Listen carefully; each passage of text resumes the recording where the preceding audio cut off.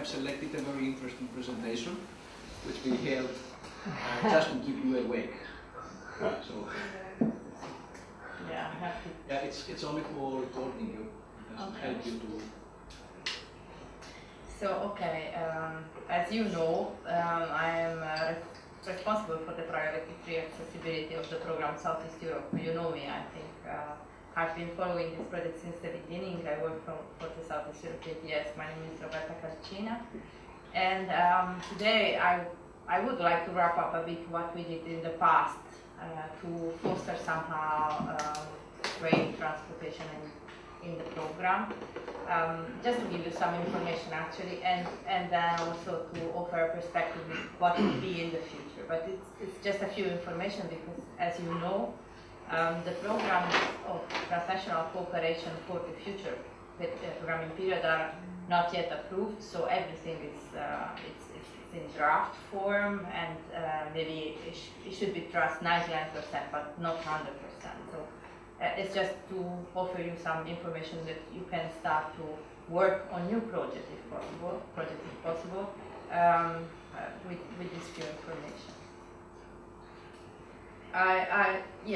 Since I work with Prezi, which is a wonderful Hungarian software which was developed in the past years, and they have been awarded lately as well last year or this year because of the best software. I don't know what. I want to also to check how beautiful it is. Just a few information. Then the Southeast Europe program, as you know, started in 2007. We started with 16 countries, of which 8 only were member states, EU member states. There were other EU that were not member states at the time. Then Croatia entered EU, or the accession process was successful, and since last year is a member state as well. So now, while we were 8 and 8 at the beginning, now we are 9 and 7. However, in this area, what you see in the map, partners have been cooperating within the last 7 years very much, even if there were huge differences. Not only in the status of this being member state or non-member states, but as you can imagine also, because some of them are EU member states for a long while, some just entered. Also the borders are very different. In some cases they are very close borders, some borders are open, some are between 2 member states like Romania and Hungary, for example. It's not Schengen yet, and so all these problems had to be tackled through the project during this period, and it was not easy at all. Plus there were also 3 different types of financial instruments that they had to be combined to put together a project. And you did a great job, I have to say, because it was difficult for us to manage, but for you inside the project it should have been really difficult. However, through these years, we approved, I think it was the exact number, 122 projects, not only on transport, because the program is financing different projects on different areas, thematic areas, and 230 million euros have been distributed. Yes, there was also a focus on transport and mobility, which was not that well defined 7 years ago or 8 years ago when the program was written down. But through your work, it was then always revised, updated somehow. We try to follow your requests, your needs, and adapt the strategy, which was originally written in 2007, to what really is needed in this area, which is not like all other transnational cooperation areas in Europe. There are 13, or there were 13 then. It was very specific for the reasons I told you before. So not like being in West Europe. It's not exactly the same, and above all for transport reasons. And however, the program had one priority, which was focusing on transport in a non-specific way. Just let's improve transport together. And 25 projects were awarded at the end on this topic. But yeah, on this general topic. It was called Improvement of Accessibility in the Region. We didn't know exactly, and I'm telling you now what happens behind the curtains. We didn't know exactly what is important, what do we finance. We receive a lot of interest and also a lot of different needs from the partners, try to put them together, but there were projects approved on all different, let's say, subtopics, and let's call it like this. So we understood that we had to concentrate on very much on transport to this area and from this area, because this was very important. But also we thought it's important to foster, help, support transport across this area among the countries which are inside the Southeast Europe region. And they should be directed to passengers, improving transport of passengers and freight alike, and short, long distance, multimodality, but also monomodal, urban, regional, transnational, everything, and different modes. We work on road, not too much, mainly on safety, road safety mainly. Rail very much, inland navigation because of the Danube, you know how important it is for this area not only, and maritime ports. What was the common feature of these projects was they had to represent a transnational need, and they had to propose solutions which could be beneficial for the whole region, improving the accessibility, but of course, since this money available was very limited. Originally it was 65 million for transport projects, 65 million co-financing. So, but while the interest that was raised by the stakeholders was not that high, and at a certain point, the member states, actually the partner states, member states and non-member states, they decided to take some money from transport objective and move it to environmental objective because they thought there is no interest, in spite of the fact that it is a real problem.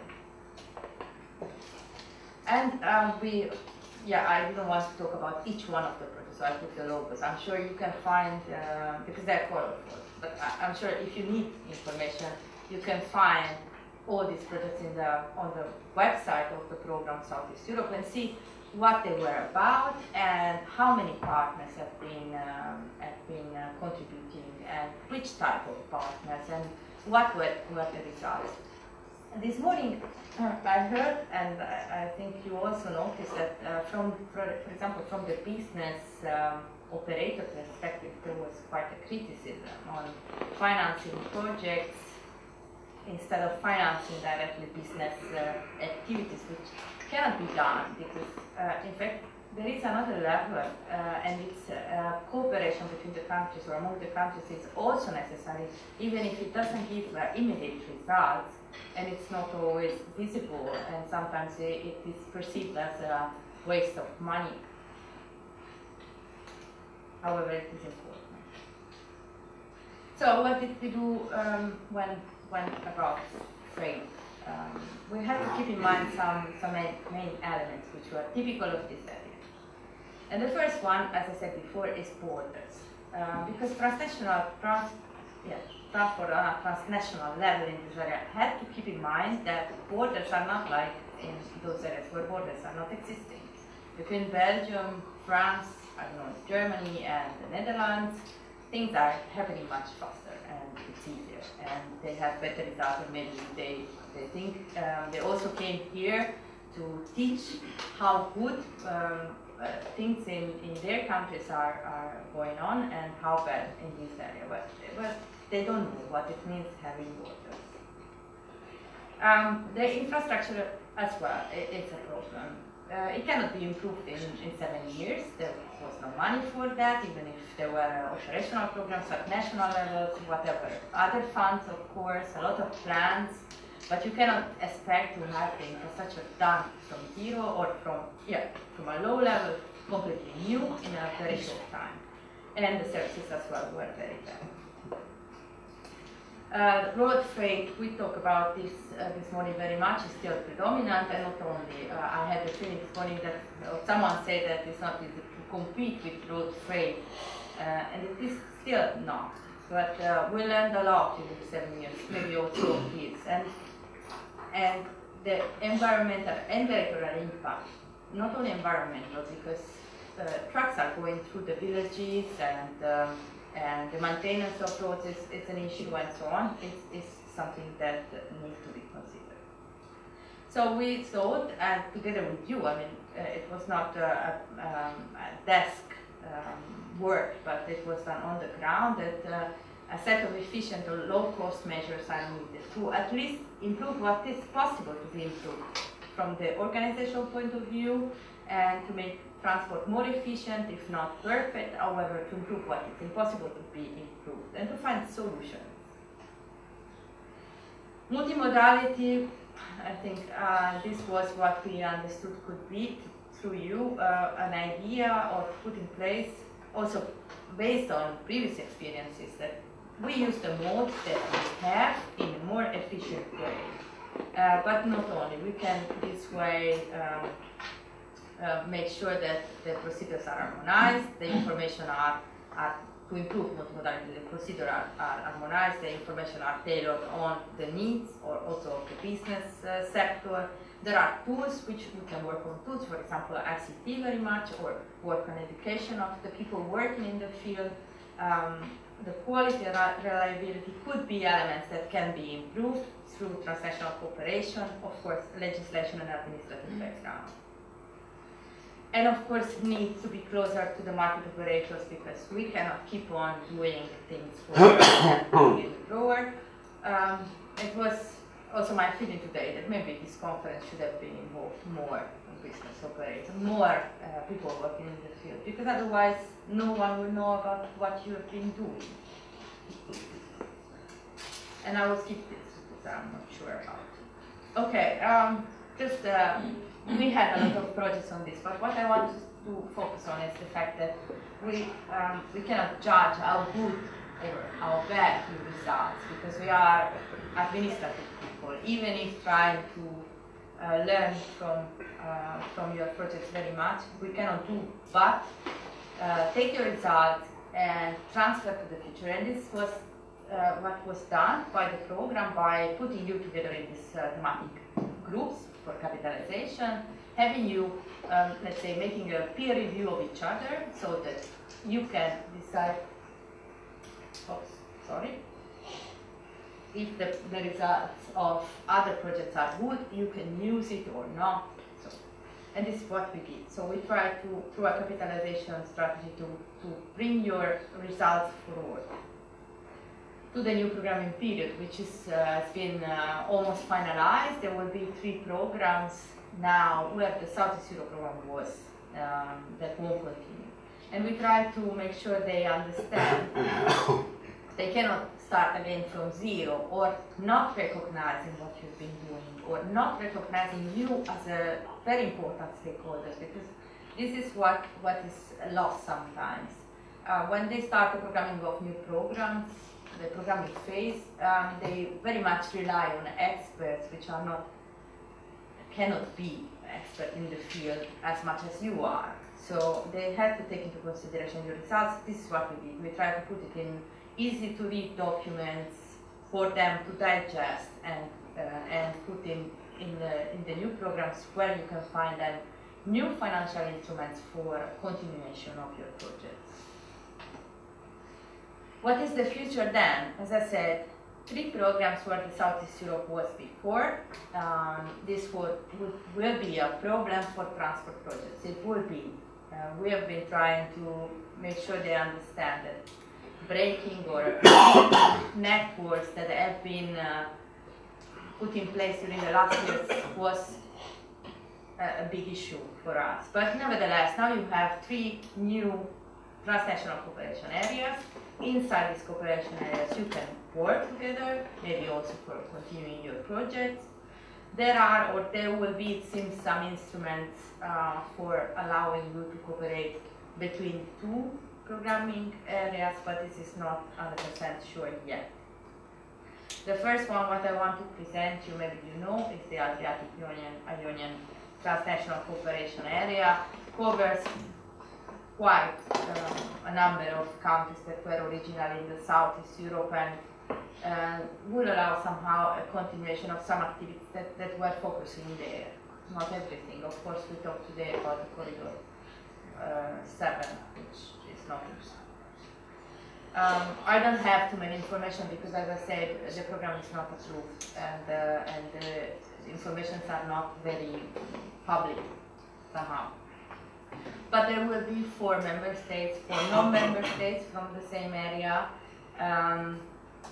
It will be very much in line with a macro-regional strategy, which I don't know if you know what it is, but it's an instrument for cooperation on a strategic level of the countries included in this program. It will be based as let's say, programming bodies in Bologna and Italy. And there is one priority which could be interesting for you, which is let's say, originating from the regulation for territorial cooperation, which says enhance capacity for integrated transport and mobility service and multimodality in the Adriatic, Ionian area and region. So according to also the details that we have and that are partially public, it's very much in line with what GIFT has been doing until this moment, even if somehow it is, I don't know if it will be confirmed, but they keep on saying, everyone for the future territorial cooperation, that we should not insist on corridors or the 10T core network, because in this case there are other instruments which are put in place. What is better to be done through the territorial cooperation is to, let's say, connect secondary and transport network to the primary transport network. This is what they prefer, but I don't know if it will be confirmed. However, as you can see, around 99 million euros, of which 83 will be for the member states and 15 for the non-member states, with a co-financing of 85%. We don't expect any calls to be launched before the second half, actually, yeah, of 2015, because they are lagging a bit behind. Second program is the Danube region, which is much more advanced, and as you can see, covers a very large area, very similar to the Southeast Europe, which with small differences. Albania, former Yugoslav Republic of Macedonia are not there, Greece and Italy are not there, but Czech Republic and some regions of Germany, some states of Germany are there. And it allows a lot of work on the Danube. Even for this program, with a larger budget, moreover, 263 million euros. There is a focus on transport also, once again, and this is specified, not insisting, the project shall not insist on the corridors, but it's still very general, not very well defined. And also call for proposal in the second half of 2015. Third and last is the transnational cooperation area Balkan Mediterranean, which involves Greece and Bulgaria with former Yugoslav Republic of Macedonia, Cyprus and Albania. As more cooperation programs, let me see if I can show you again. So this southern part of the Southeast Europe region, with a very small budget, 33 million euros, however, no specific focus on accessibility or transport, anything. They decided to avoid this. There is something mentioned in relation to transport when they define the priority on environment or protection of environment, of what will be in the future. So something is there, but not specified. Let's see how the details of these programs are developed. They are running fast, very fast. They started only end of 2013, but it seems that it will be the first to launch the cost proposal. So maybe even in the first half of 2015. Everything, location of the program bodies is in the summary. That's all. I mean, we don't have more details. Of course, do not forget that there are many other funds that you should use / combine with the transnational cooperation funds, like cross-border funds, national funds, connecting Euro facility funds. I don't know how many there are. Just, of course, it's the Horizon 2020, of course, which is a big budget and a lot of opportunities. And you have to find a way now that you are on the second stage, since you had already an experience with the project, to combine them so that you can finance all the activities you have in mind. That's all. Thank you very much.